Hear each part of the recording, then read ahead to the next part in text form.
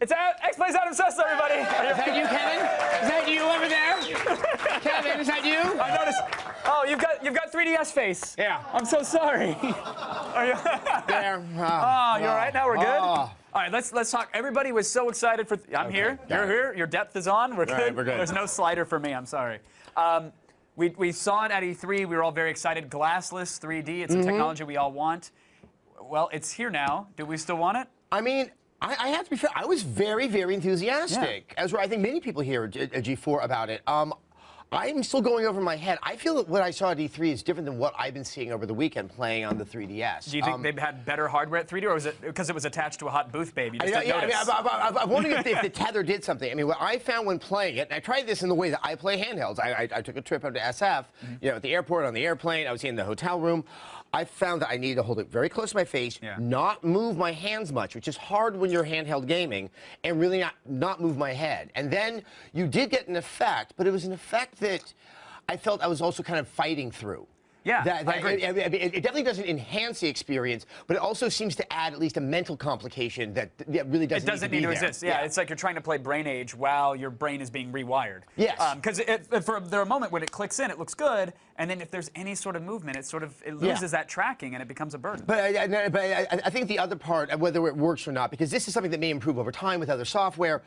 It doesn't. I have yet to see a game in this launch lineup where it brings anything to the experience other than that initial sort of wow factor. Now, one thing I really enjoyed, though, were the alternate reality minigames. Yes. I thought that was cool. It shows that the system is at least capable of something more than just the sort of 3D hack. You're right. Now, obviously, what's happening there is like you're kind of looking through it with the camera at the real world, and suddenly it creates 3D images in the world that aren't really there. Right.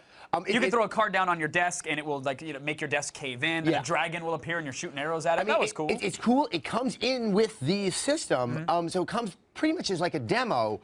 It's kind of distressing to me that the most impressive aspect of the technology is not something that could be incorporated into an honest game. And I think with our experience with the Wii... Well, they could incorporate this into an honest game. It just hasn't been done yet. I think what we're looking at is a situation here that we have seen with the Wii, where there's something that initially, as a piece of technology that does work, is so impressive, but we don't know if the creative community out there that makes games knows what to do with it, wants to do something with it, and is willing to take that chance. Well, I do want to show off another thing that's bundled with it.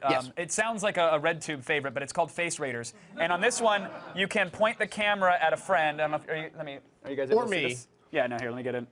Hopefully we're, all right, there we go. And there's Adam. Okay, hold on. Wait, a little less scrunchy. A little less scrunchy. There we go, okay. And I'm gonna snap it there. Good. So it snapped it, and is this face okay? I'm gonna say okay. It actually analyzes your friend's faces. Is this face okay? And puts them, it's questionable. Oh, look, there it is. There's what it did with Adam.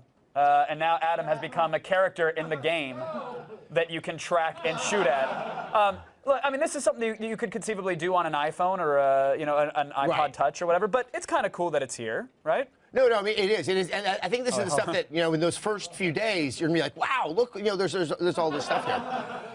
I'm trying to... Yeah, that just looks like... That's a Saturday night for me.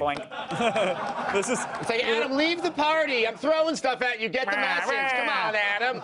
Get off that soapbox. I think that's cool, but again, it's tech demo, needs to be packaged into a fulfilling gaming experience. Right. Once again, a lot of promise, but right now we're not seeing the realization with the games. Well, let's talk about the launch titles that are available, because that's clearly what's moving these things like hotcakes. It's not pretty. Yeah. I have to say. What's out there for it? I have the first one I want to talk about, Steel Divers. Okay. This one I think stands out. It's a Nintendo title. Original IP, which is cool. Original IP. So it's like, okay, this might be the one that defines the system. You need to see what the lower screen is like, because it's a lot of sliders and like kind of something you rotate that does the sort of the tilt of the submarine. Control the pitch, control the dive. I'm assuming they play tested this at a widget factory, because those are the only people that might actually have found this to be a fun experience. And once again, it doesn't do anything with the 3D. What's even strange is there you have that 2D plane as, in essence, view of the submarine, where with the 3D system, I see a lot of interesting opportunity with this. Right, yeah. Give me the perspective of looking out the submarine and having some depth. It's a very, very strange, not fun game. Very quickly, Super Street Fighter 4 and Pilot Wings, are those Super Street Fighter Fighter 4 is very impressive, especially if you don't have the 3D on, because you can see that clearly the graphic processor in this system is hugely superior to that in the DS. With the 3D, it can affect frame rate. Okay. You know, because it's processing more, and it just is not a good version of Street Fighter. All right, we're out of time, but Pilot Wings, is it something that people should stay away from? Because it looks like a really good demo of 3D. Some people seem to be nostalgic for Pilot Wings. I would like to meet them and know why. You probably wouldn't want to meet them. This is Pilot Wings Resort, and it's just kind of like, it would have been a great demo bundle with the system, but this is not. Out of 5 is not a convincing argument for, for a launch title. Is there enough to make this worth $250 then? You know, they're going to keep on selling this for a few years, and at some point the price is going to come down. I think with this launch lineup, I don't see the need, unless you need to prove something to your friends on the schoolyard. There's really not that, you know, I don't have one yet, I'll put it that way. All right. Well, if it'll make me the coolest kid at kickball, then maybe I will consider it. I'm still shooting giant faces of you. Awesome.